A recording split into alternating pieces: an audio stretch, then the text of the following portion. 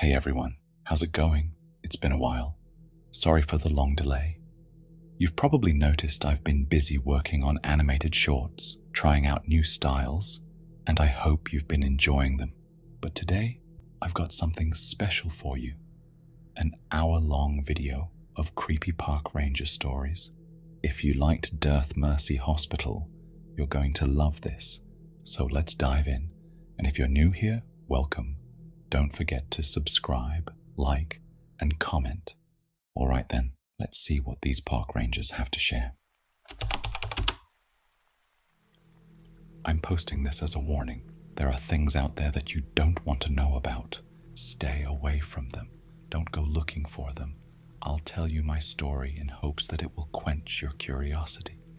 It was a night like any other night, at least lately. I had barely arrived at the ranger station, and there were already 4 calls of vacationers' homes getting broken into. Out here in the West Virginia Wildlife Preserve, people tend to think that just because they plant some houses, that the animals should somehow know and respect boundaries. That's kinda tough when the animals are on a huge plot of land where they've never been hunted and never even been threatened by anything other than a bigger animal.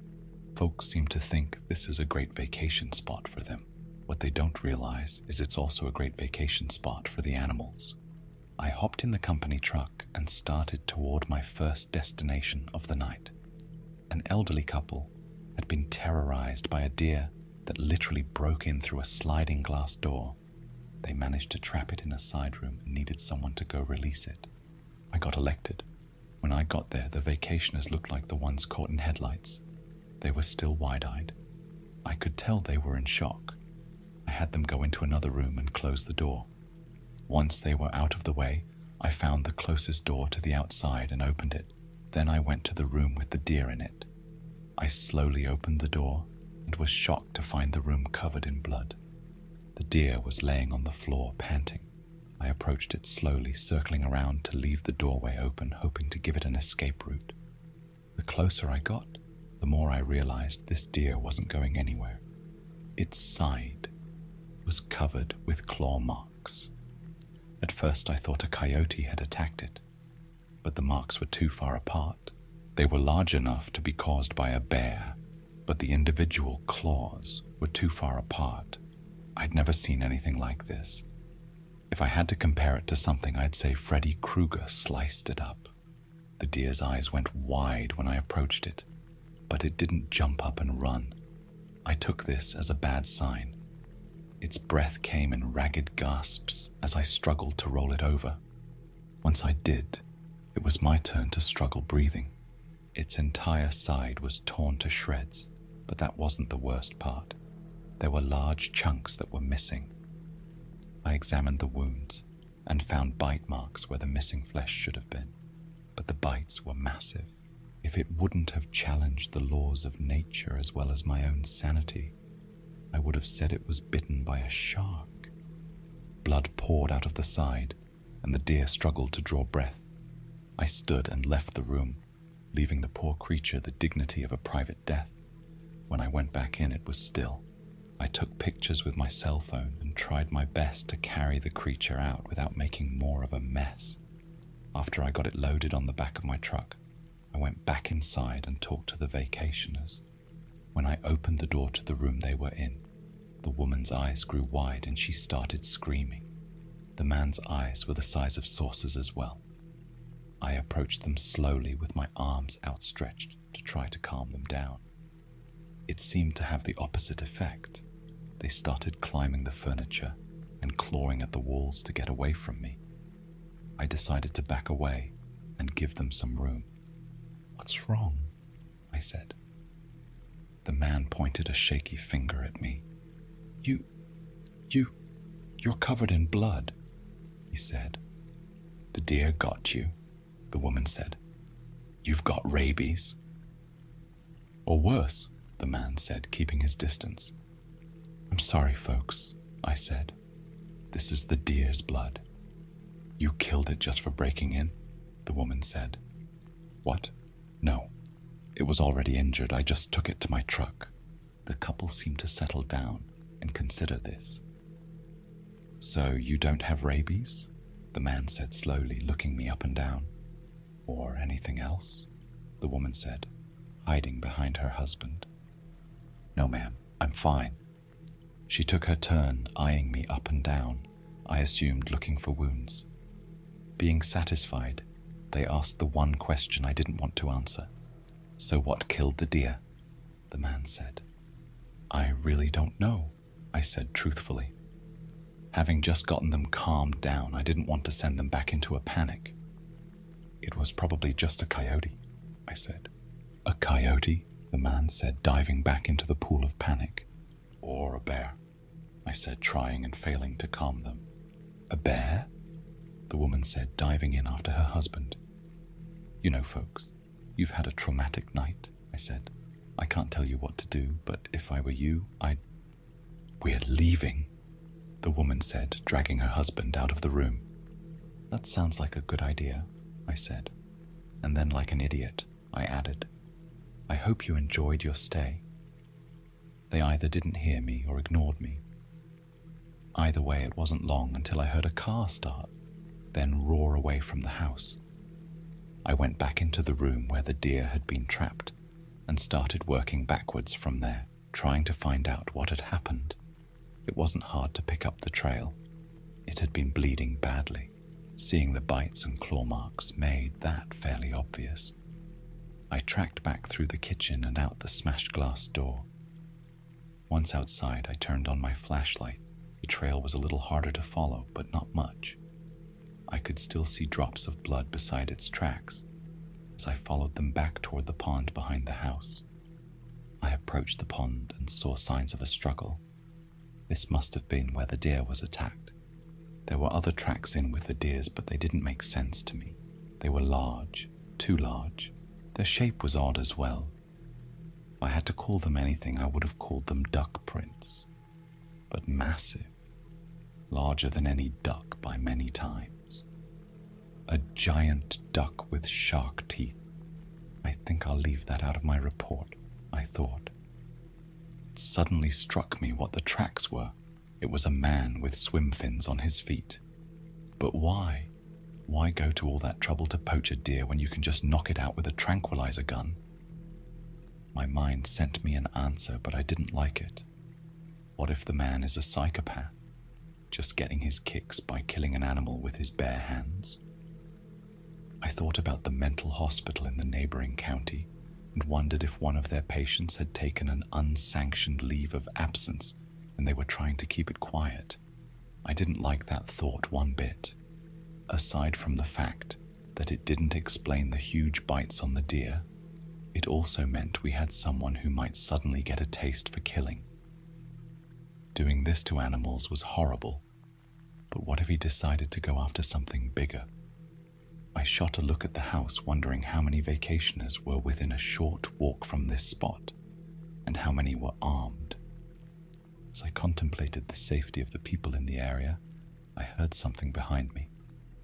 I whipped around and shone my light, but saw nothing. I scanned the pond and saw a ripple emanating from the middle, probably just a fish jumping. I took some more pictures of the struggle area with my phone, then started back toward my truck. I had more calls to answer, and this riddle would have to wait. I drove halfway around the lake, around 3 miles, to the other vacation home where a break-in had been reported. When the woman in her 30s answered the door, she took a step back. "Oh my," she said, looking at the dried blood all over my uniform. "Good evening, ma'am. Sorry about my appearance," I said. "Did you report a break-in?" "Yes, we did. Please come in," she said in a friendly tone, yet gave me a wide berth while closing the door. She led me upstairs to the kitchen. For some reason, I was expecting to find blood all over, like with the last house. However, this was a completely different mess. She showed me the door. It had been forced open but not shattered like the last one. There was only a small amount of glass broken. Then the door latch had been unlocked and the door slid open. There were faint images of my giant duck tracks like the last house. My spine turned to ice. This house was over 3 miles away from the other. There were many more people in that space that might have fallen victim to this crazed person. The woman showed me the rest of the kitchen and the mess that had been left. There were a few cans of sardines that had been opened and eaten, and also some cans of tuna fish. The strange thing was how they were opened. The cans had been torn into with something sharp, but not a can opener. The marks looked like they were torn open with claws. I shuddered to imagine the amount of strength it took to do something like that. And then I spotted it. Beside one of the cans of tuna was a small puddle of blood. "Ma'am, could I trouble you for a sandwich bag?" I said. She handed me one, and I carefully tried to scrape as much blood into it as possible. I sealed it and put it in my pocket, then went out through the broken door. Behind the house, just like with most of these vacation houses, there was a pond. I traced the tracks back to it, and they disappeared at the waterline. I shone my light over the water, but the only thing I saw was a stray turtle. I stared at it for a long time, as though it would somehow give me a clue as to what was going on. "What should we do?" the woman said, nearly scaring me half to death. I hadn't heard her follow me out the door and into the yard. "I'll send someone around to look at that door in the morning," I said. "In the meantime, it might not be a bad idea to sleep in a room that has a lock on the door. I'm sure they won't be back, but just in case." She didn't seem very comforted by that idea, but thanked me as I left. The next 2 reports were just teenagers breaking in and stealing beer. That was it. No bloody wildlife, no weird tracks, just kids being kids. I went back to the station, changed out of my bloody uniform, and spent the rest of the night filling out reports on what had happened. When my shift was over and I passed on what had happened, I took a little trip to the neighboring county. I stopped in at the mental hospital and asked if they had any escapes lately. The nurse looked at me like I had asked her if she was wearing deodorant. "We don't have escapes," she said with obvious pride that showed as arrogance.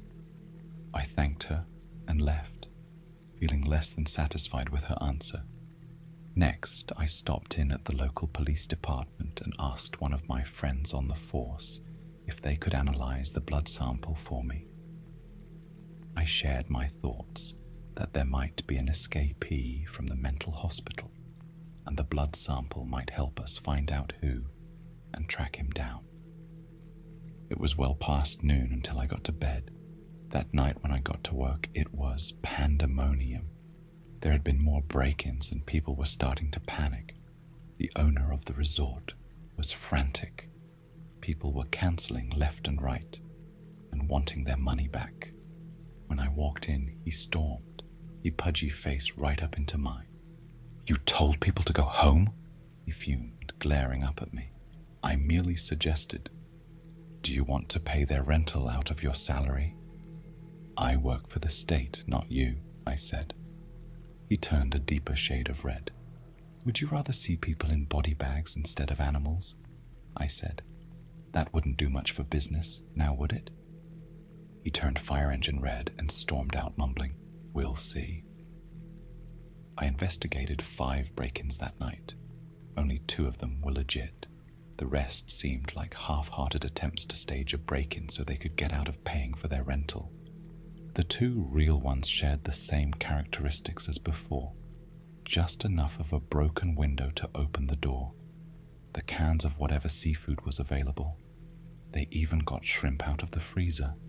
Everything about the way the intruder acted pointed to a person. All I needed to know was who. Again, I followed the tracks back to the nearby pond. I stood for a long time studying the surface of the water. I knew these ponds were all designed the same. A roughly 40-yard by 40-yard body of water around 5 feet deep in the middle, stocked with mostly bluegill for catch and release fishing. Anyone using these ponds to hide would have to be holding their breath for inhuman periods of time. I stared at the surface for 20 minutes. If someone was out there, they had an invisible snorkel or an extra set of lungs. After my rounds of investigating and reporting, I decided to stick around and do a little extra investigating. I ran home, grabbed my swim trunks, mask and snorkel, and went to the site of the most recent break-in. I waded out into the water, unsure of what I would find, when a snake slithered past me. I let it go and waded deep enough to where I could swim. I hovered at the level of the surface, dipping my mask underwater to get a glimpse of whatever there was to see. There wasn't much. Fish, underwater plants, and lots of water. Just what you would expect from a pond. As I kept going towards the middle, the water was getting deeper. I now couldn't touch the bottom. I had to float on the surface. Looming in front of me was a dark spot on the bottom of the pond. I took it for a rock, but swam close enough to investigate anyway. In for a penny, in for a pound.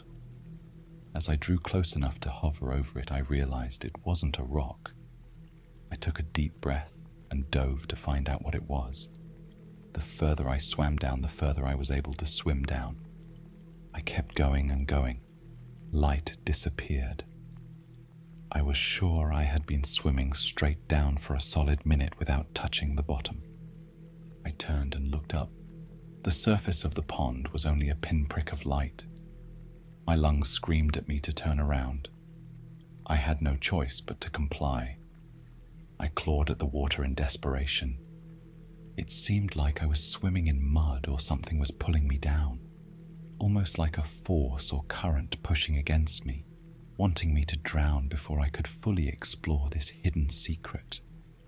After what felt like an eternity, I broke the surface of the water and gasped for air. I swam over to the shallows and walked out of the pond. I collapsed on the shore and lay there for a long time trying to regain my breath. As my brain received oxygen, I thought about what had happened, and if it had been real, an illusion, or if I had just gotten turned around somehow and stuck at the bottom. I had to find out. I wasted no time driving 2 counties over and renting some dive equipment, along with a light. So armed, I returned to the pond and walked toward the middle again. This time, when I dove toward the dark spot, I was able to see exactly what it was. I used the flashlight to examine the darkness. As I swam deeper, the sides closed in on me, as if I was swimming down the gullet of some massive fish. I've never been claustrophobic before, but that was rapidly changing. I barely had any room to maneuver as the sides closed in. I contemplated turning around, but there was no room. I could feel myself start to panic. I had to focus to keep my breaths regular. I was very close to a panic attack when suddenly the tunnel opened up again. The sides grew further apart. I checked my watch and I had been under for 15 minutes. The sides of the tunnel had spread out so far they were barely visible, and I could see a light ahead of me. I swam toward it, desperate to get out of this water. I broke through the surface and looked around. I was in the pond. Somehow I had gotten turned around and was back in the pond. I swam to the side until I could stand and walked out to the shore. Looking around, I made a startling discovery. I was in a pond, the same one as the break-in last night. Somehow there was a hidden tunnel between the 2 ponds. That's how the robber never gets caught. He just swims to the next pond, slick as snot. No fuss, no muss. I now knew the how, but I needed to know more. As tempting as it was to swim back through the tunnel, I was still a little shaken and didn't want to risk an underwater panic attack. I walked back to my truck, took off my dive equipment, and drove back to the dive shop. I asked about frequent customers, especially for refilling tanks. They told me they had a few regulars that came in every weekend, but no one new and no one who needed refilled more than once a week. I asked if there were any other dive shops in the area, and they told me the next closest one was over 100 miles away. I went home frustrated. It wasn't making sense. He would need air to swim back and forth through that tunnel, and that was his escape route. I was sure of it. I tried to sleep through the afternoon, but my mind wouldn't let me rest. It was working on the impossible puzzle of how the robber was getting air. I borrowed a couple trail cams and set one up at each pond. I needed to see if he had some new tank system or what. I also wanted to identify him and shut him down fast. I made sure to stay away from those ponds that night, so he would feel free to do his thing. In the morning, I gathered the cameras and took them home. I downloaded both memory cards before watching the video. Just as the second download was finished, my phone rang. "Hello?" I said. "Hey John, it's Steve. I got the results from that blood you gave me the other day."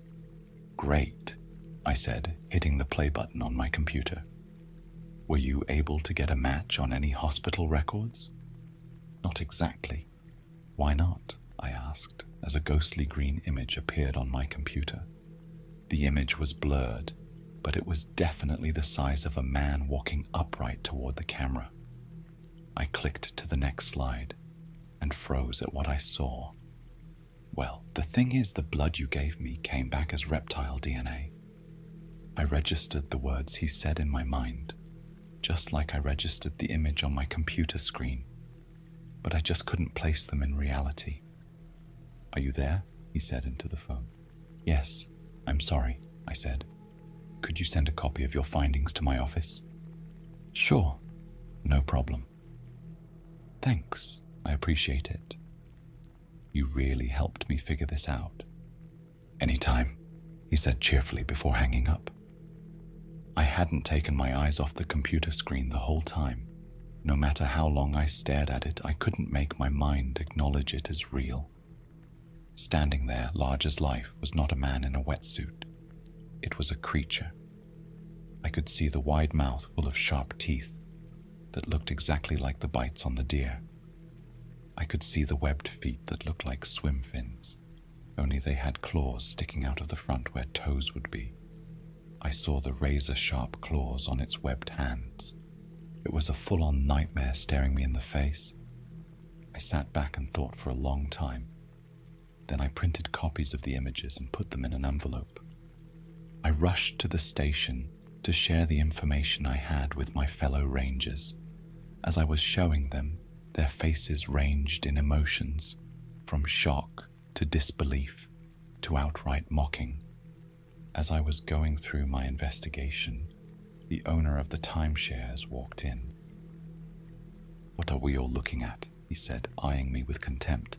"It seems like John has solved the case of the break-ins," one of the other rangers said. The owner approached. He picked up the lab report and read it, then stared for a long time at the picture. "Do you know what this is?" he said absently. "I really don't know yet," I said. "I've never seen anything like it." He turned to me and smiled. "This is money," he said, holding up the picture. "What do you mean?" I said. "Those idiots that go around hunting, what do they call them? Cryptids." "Yeah, cryptids. They'll pay through the nose if they think they can find something like this. And then there's the TV shows and merchandising," he said. "You may have saved my financial hide." He beamed at me. "I don't think you understand," I said. "This is a dangerous animal. You had seen what it did to that deer. So what do you want to do? Hunt it down and kill it? Maybe not kill it, but definitely tranquilize it and take it to a secure location where it can't hurt anyone." "You dumb son of a bitch," he yelled. "I could make a mint. I wouldn't even have to repair those houses. They would all rush in to investigate and leave piles of cash in my bank account." "But what about the people?" "Who cares about the people?" he said. "Throw them all out. I've got the chance of a lifetime beating down my front door, and you want to flush it down the toilet because you're scared someone might break a nail." He was breathing hard and staring up into my face. The air was charged with fury. His and mine. And then a sudden calm came over him. "Charles," he said, addressing the lead ranger, "isn't this a wildlife preserve?" "Yes, it is," Charles said warily. "And aren't the wildlife on this preserve protected from all tampering by law?" "Well, I guess so," Charles said. "What if those animals present a threat?" I said to Charles. "How many deer were killed by coyotes on this preserve last year?" the owner said. "Dozens," Charles said. "Were the coyotes removed from the preserve?" "No," Charles said. The owner turned and shot me a triumphant look. "John," Charles said, "I know you have everyone's best interests in mind, but you're going to have to let this go." I glared at him. And what happens when this thing decides it likes to eat humans? All the eyes in the room that had been on me suddenly found somewhere else to look. All but the owner. He was smiling from ear to ear. I think the pudgy little bastard was about to break into the happy dance. I searched the room for any support but found none. I pulled my badge off my shirt, quietly laid it on the desk and left.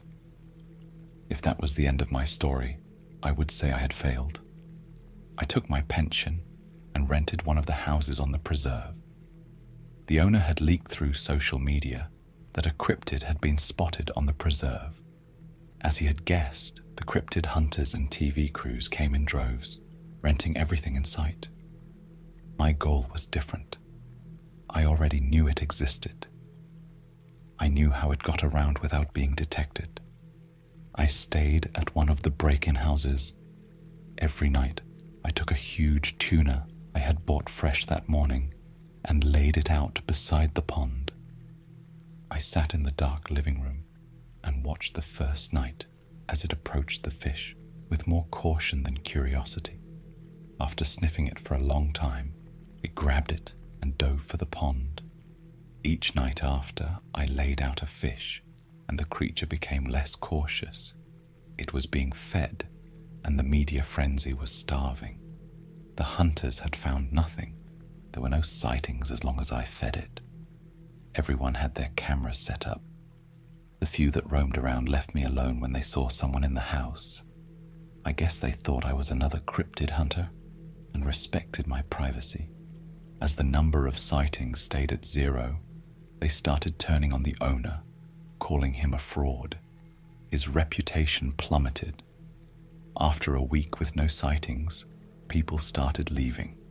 In desperation, he did the wrong thing. He hired an actor to dress in a creature suit and roam around. Of course, the hunters and shows saw right through this and destroyed what was left of his reputation. I had rented the house for 2 weeks. Between the rent and the fish, my money was running out. I had kept the people safe, but what would happen when I stopped feeding it? I had managed to clear out most of the people so they would be safe. But what about my fellow rangers? What would happen when it became desperate? When the starving creature no longer had houses full of food to break into? I had 3 more nights until I had to leave. I was out of money. The preserve had become a ghost town. As far as I knew, I was the only renter left. It was decision time. I sat staring at the large tuna on the table with a bottle of bleach next to it. Let it live and see what happens, or kill it. I thought about this for a long time. Both options had merits and consequences. I chose a third option, a much more dangerous one. I took the fish out and laid it where I usually did, then backed up a few feet and stood there. Over an hour passed before the water stirred. I saw the head and eyes of the creature appear as it headed toward the fish, and then it stopped. It had seen me. I made sure to keep still with my arms at my side. It slowly approached and stood. It was a few feet away with the fish in between us. It studied me and sniffed the air, then became agitated. Perhaps it had smelled my scent before as a pursuer. It let out a soft hiss but bent down and took the fish, keeping its eyes on me the entire time. Then once it had its meal, it did the most incredible physical display I've ever seen. It leapt 20 feet in the air and landed in a perfect dive right in the middle of the pond, leaving almost no splash. I let out a breath I didn't realize I'd been holding and collapsed to the ground, shaking. Once I had recovered, I went back inside and fell into a fitful sleep. That was only part of my plan. The next night would decide who lived and who died. I did exactly like the night before, minus the fish. The creature approached, stepped up to me and looked around for the fish. I showed it my empty hands. It sniffed at them and growled, having smelled the scent of fish. It looked at my hands and I wondered if it was going to bite them off as a substitute. It hissed at me and sniffed my face. I saw it flexing its claws the whole time. I stared into its face, those massive razor-sharp teeth, and swallowed hard. I did all I could to stay still, to show it I wasn't a threat. My heart hammered in my chest. It opened its jaws and showed me those horrible teeth. Its breath was a horrid stench I had never smelled and hoped to never again. I closed my eyes, not knowing if they would ever open. Seconds fell into minutes. I opened my eyes and I was alone. There wasn't even a ripple in the water. I sighed. My decision had been made. It had shown restraint, and I would too.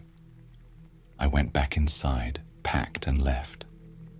I could only hope and pray that the people that remained, including my former co-workers, would be safe.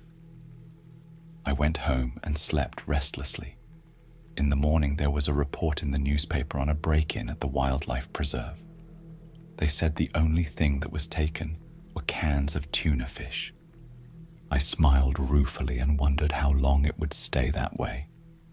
If you're reading this, don't go looking for this thing.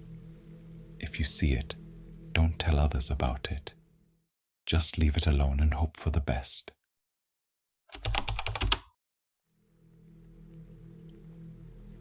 My normal shifts were during the day, 9 to 5 like most people. But on that day, we were short-handed on the night shift staff because the last person who worked during those hours had just quit. Lately, we had a whole lot of people quitting the night shift, so that meant I had to cover. Weirdly enough, I had never had to work the graveyard shift before then, and I was actually excited about it. I had brought some coffee and 5-hour energy with me because the hours ran 10 to 5, and there was no way I'd make it that far naturally. I got to my tower right before 10 when it was already pitch black and the cold July night had fully set in. The tower was fairly tall, with several flights of stairs leading up to the top. The whole thing was mostly surrounded by thick forest, except for the trail I came in from, and a murky pond that was just to the right of one of the tower's legs. The pond itself was covered in those little frog pads and had algae floating around over the surface. It was actually quite big for a natural lagoon. I climbed up, and all I could hear was the non-stop sounds of crickets, frogs, and the occasional owl. When I hit the top, I fumbled with my keys until I finally found the right one and walked right on in. The one room was small and square-shaped. 3 of the walls were mostly glass, and the other one was opaque and had the door I just came in. The roof went up like a pyramid for a short length until it peaked, and it was all made of wood. To my left was a nicely made bed and a nightstand with a lamp and a flashlight on top. Not like I'd be using the bed, though. On the wall next to that was my CB radio and communications stand, which every one of those towers had. Next to that sat my refrigerator and microwave, which was part of a small kitchen that extended to the other wall as well. Inside the kitchen on the right wall were several cabinets, some small ones that held snacks and some canned foods, and another set of giant cabinets that I couldn't open, which likely had vacuums and other cleaning supplies that were above my pay grade. I went over to the communications stand and did my standard check to make sure everything was properly working. I called into the ranger station's channel and said, "Well, Donnie, it looks like it's just you and me tonight." Donnie didn't say anything back, so I figured he was just taking a shit. I went and grabbed the flashlight on the stand and reached into one of its drawers, pulling out a set of binoculars from it. I went back out onto the balcony and checked to make sure no fire hazards or any other kind of dangerous things were over there. Once I checked that box off my to-do list, I headed back inside and pulled out the chair from the communication stand and put it by one of the glass walls and grabbed a granola bar from one of the kitchen cabinets to munch on. I put the binoculars up to my eyes and looked over the surrounding forest. It didn't seem like any animals were up and about, and no birds were in the sky either. I skimmed over a couple of clearings to make sure that no teenagers were off camping illegally. Then I went and peeked over at a far ridge where I saw a snowman standing alone in a gap of the trees. Hold the fuck up. It was July. I peeked again to see it wasn't a snowman, but some kid in a shitty ghost costume. It looked like the ones from Charlie Brown, with the big black holes for eyes that looked more like they were colored black than actual holes. The kid was still and staring right into my direction, unmoving. I couldn't see the kid's parents anywhere, and by now it was rolling up on 11, so that meant something was up.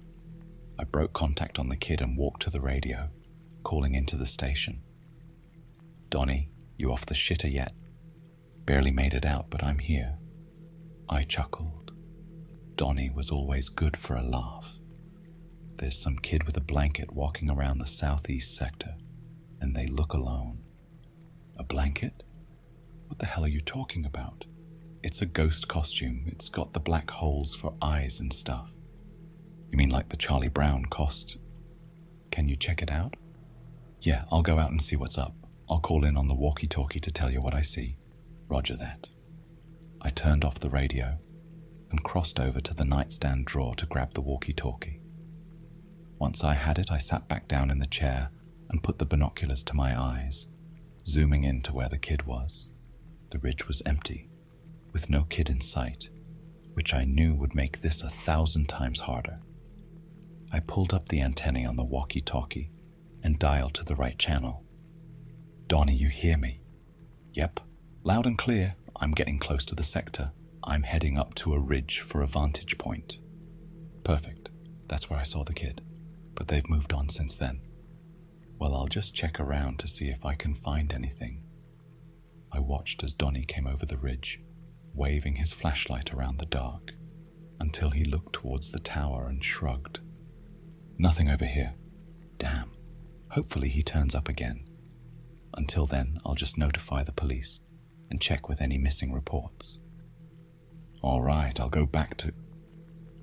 Donnie's voice cut out, and I saw his flashlight turn off in the distance. The small lit-up spot where he stood was swallowed in darkness. "Donnie? You there? Donnie?"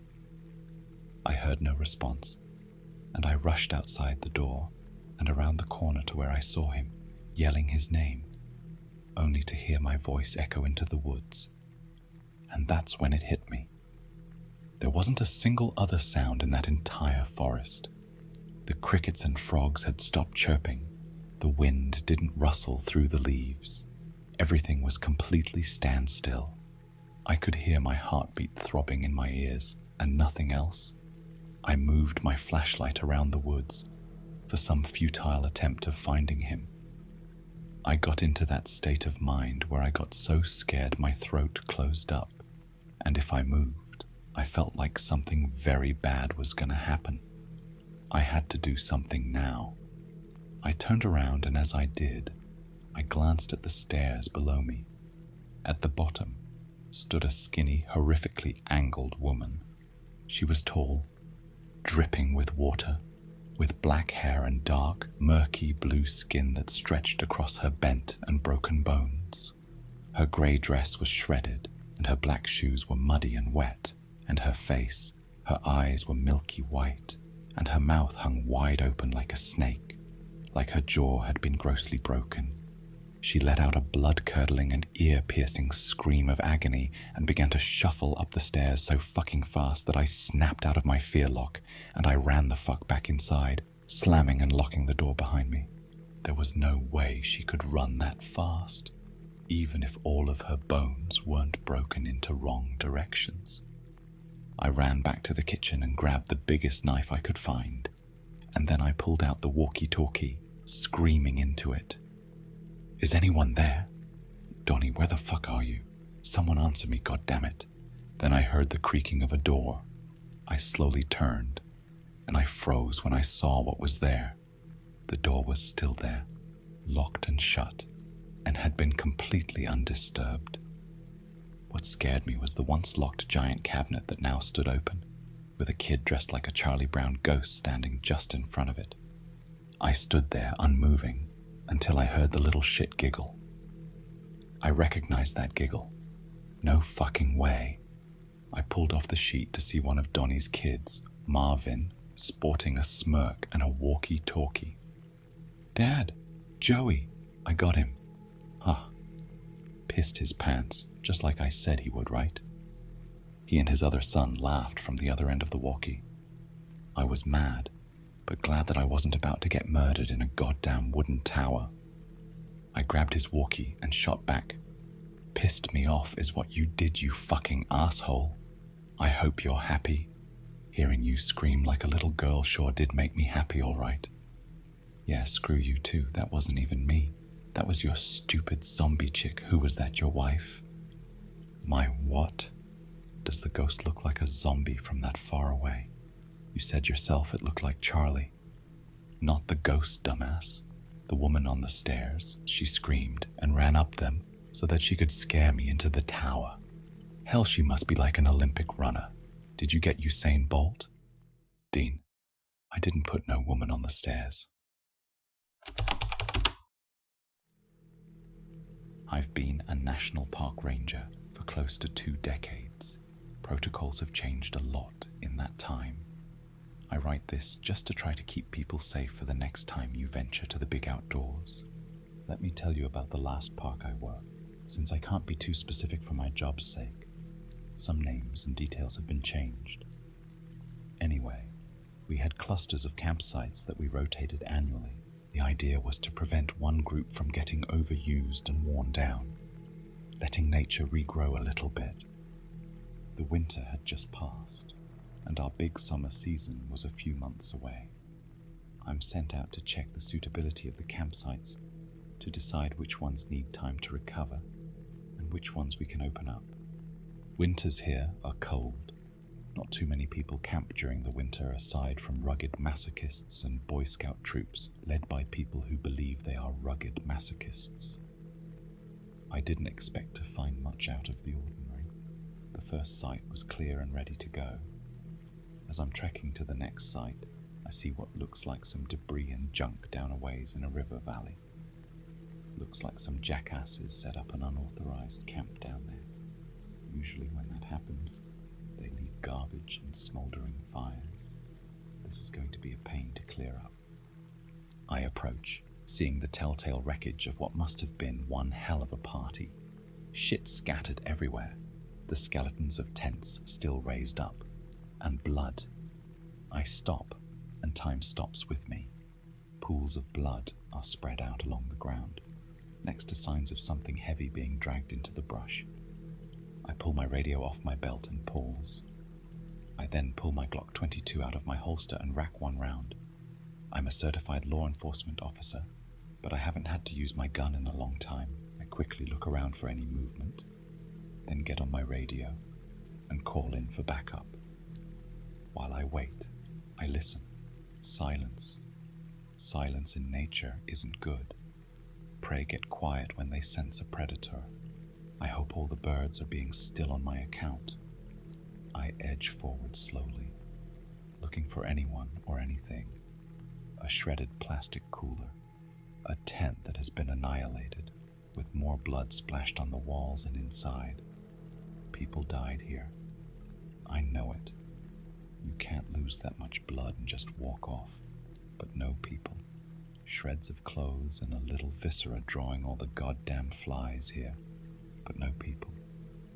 I've seen bears rummage through camps and destroy anything that looked edible. There are wild hogs here that cut trails through the deep brush and are even more dangerous than the bears. But this isn't either of them. The devastation here, it's just too much. Some scourge of God came through here and just ripped everything to pieces.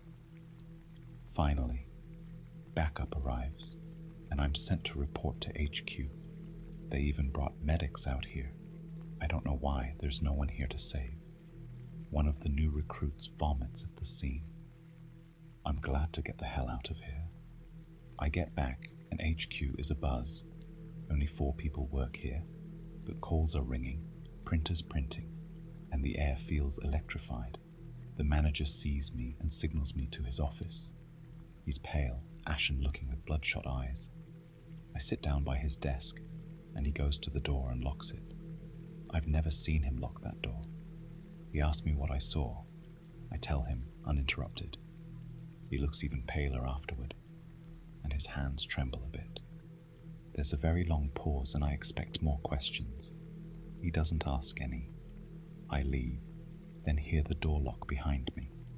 After a few minutes, I hear him call someone up, and a long, low conversation ensues. I never see him again. Word comes down from on high. We're assigned a new manager, one who excels at what he calls crises.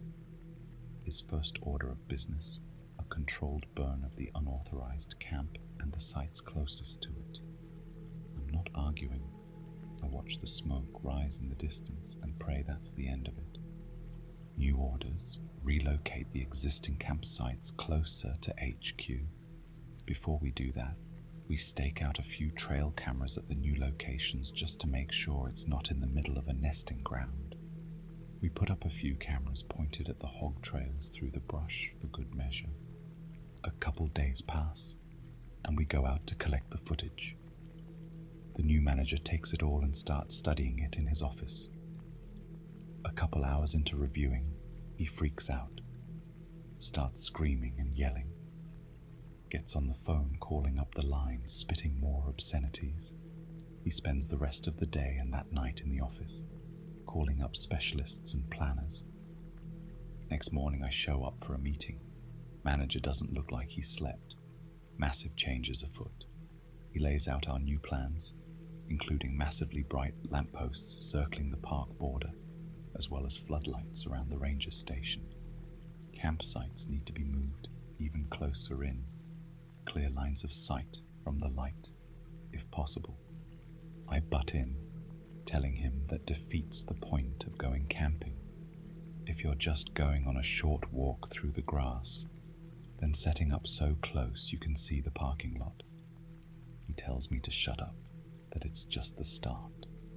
The park now closes at sundown, sharp. Also, we're now required to have a long gun on our person at all times. Now, it isn't uncommon for rangers to carry an AR-15 or a Remington 870 shotgun going out in the deep woods. There are wild and rabid animals out there.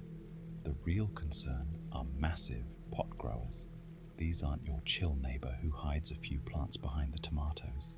They run the spectrum from large-scale suppliers who like their privacy and dislike law enforcement to anti-government crazies who think we have no right over them, the true patriots.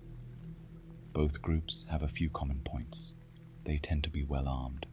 They do not like lawmen, and they won't shy away from taking a pot shot at some dumb poor ranger who finds himself in their fields.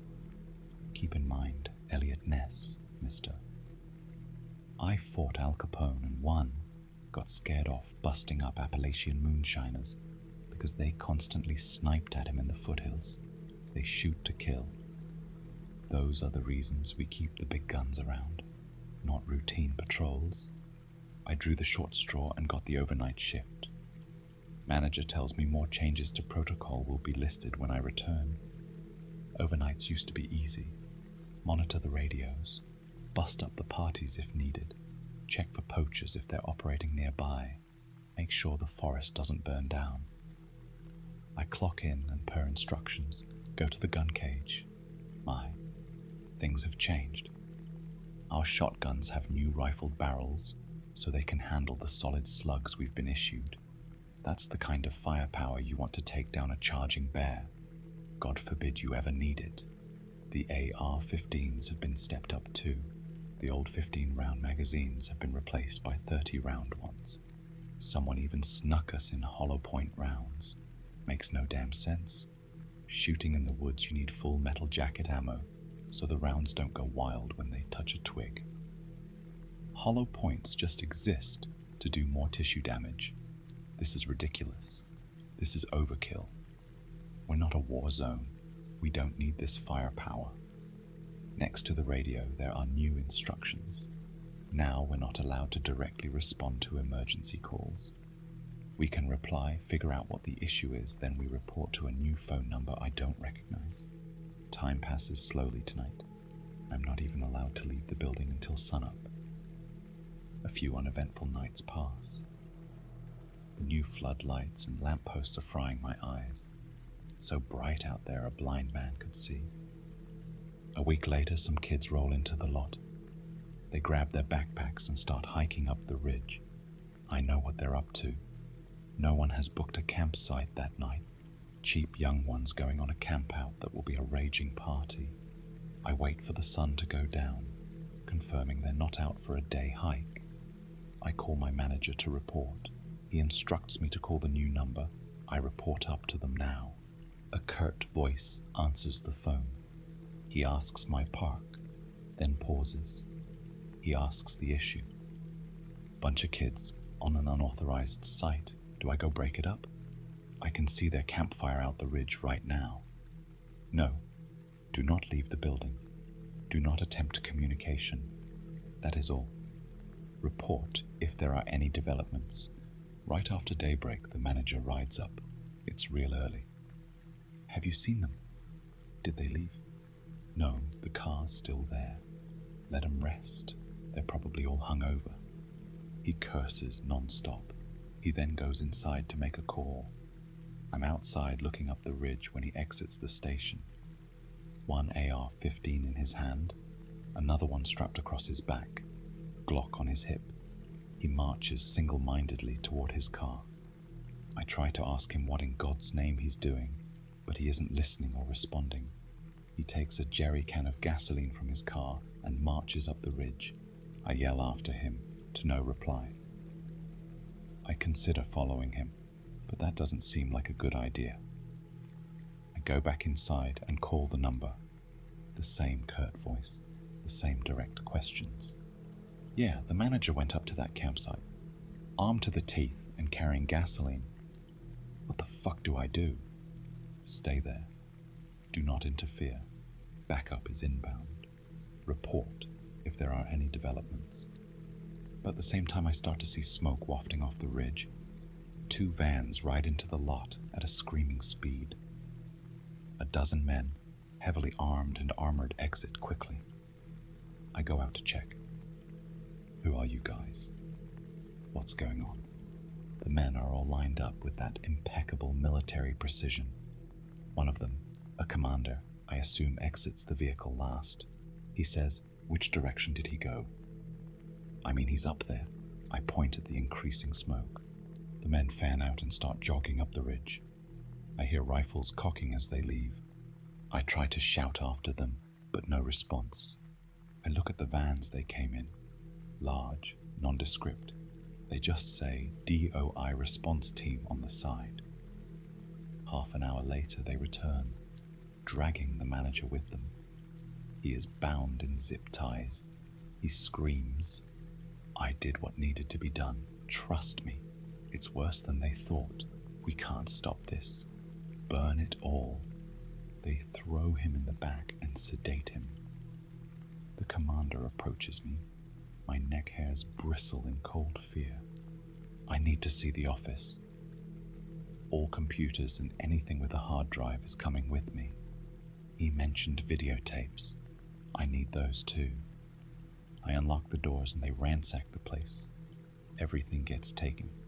Printed reports from the last few years disappear into those vans. The videotapes get bagged up and held by the commander himself.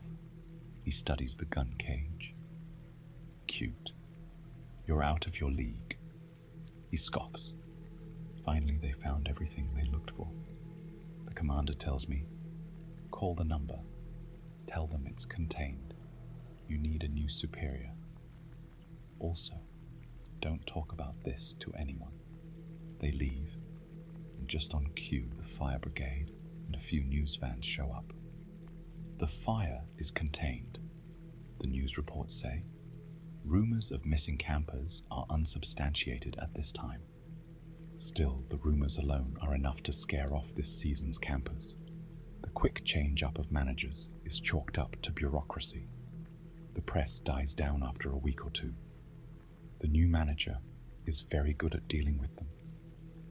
Thankfully, with no new campers and our now even shorter open hours, we can get more work done around here. Rebuilding the station took some time, and we just set up the new campsites. They're practically spitting distance from the station.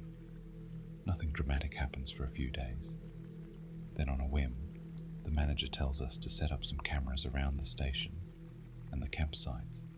There's usually so much human activity around here.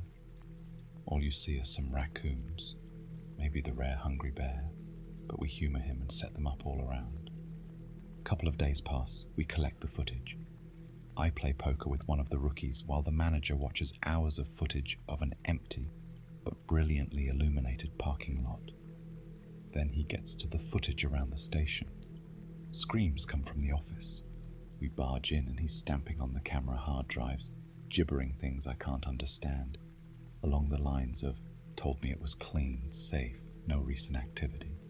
Bullshit here, I'm not gonna do it. He barks at us to leave. Later he makes a call. Rookie goes up to the door and listens in. Rookie comes back reporting, yeah, he's demanding a transfer. Says they lied to him. Something about they didn't do their jobs properly. He's not prepared or equipped here. Then I just heard the phone click and some sobbing. Hours later, my manager exits the office. His shoulders are slumped, defeated. We cut our hours even further, practically open on weekends only. We'll have a full staff ready those days, but a skeleton crew the rest of the time. Campers are required to check in to one of the closest sites. No campsite, and they're told to leave. We are not authorized to leave the station after dark under any circumstances. In an emergency, do not call 911. Call the number and do exactly what they say. We draw straws for who gets overnight shifts. Why we need to stay overnight if we can't do anything is beyond me. I asked the manager about it, and he just said that standard protocol is to have someone on hand to report any irregularities overnight. I have to work my overnight shift. I keep my phone close, the number dialed in, ready if I need to call. It is a bad night. I just wind up pacing around with my shotgun, glancing into the bright floodlights, trying to see what's past them. I hear crickets. It relaxes me. Prey is quiet when predators are around. It is a long night. The next night, my manager draws the short straw. He seems resigned. In the end, we all have to take a turn. He brings the brightest damn tactical flashlight I've ever seen. Said he bought it just because he's afraid of the dark. He isn't really. He's afraid of the things in the dark. I get a phone call at 3 a.m. It's him. Get over here now and bring guns. What? You have a damn arsenal. Now. Oh, I swear to God, I fucked up. Oh man, I think they're attracted to the light. I called that number, and all they said was backup would be here in the morning. Oh, fuck, god damn. I hear the piercing staccato of gunshots, a pause, more gunshots, screaming, scuffling. The line goes dead. I call the number. A new, terse voice answers. Look, I work at Maplewood Park. I just got off the phone with Ranger Jenkins. I just spoke with Ranger Jenkins. What can you report? Something bad happened. It's serious. I heard gunshots. We will have backup there as soon as possible. Did he say anything else? Yeah, he said he thought they were attracted to the light. Doesn't make sense to me. Interesting. Thank you for your report. The park is now closed. You will be reassigned. Goodbye. Click. Officially, the park was closed to be scheduled for a controlled burn. Let the old trees die and make room for new ones. There was nothing in the official report about what happened to the manager on duty. The public understanding was bureaucracies need to be shaken up on occasion. No one asked any more questions. I get transferred to a new park halfway across the country. Change of scenery and beautiful. They've got some odd rules here too. Don't go far after dark and don't carry a flashlight. I'm concerned about why. Why can't you use a flashlight at night when you need one? They won't tell me. Be safe, everyone.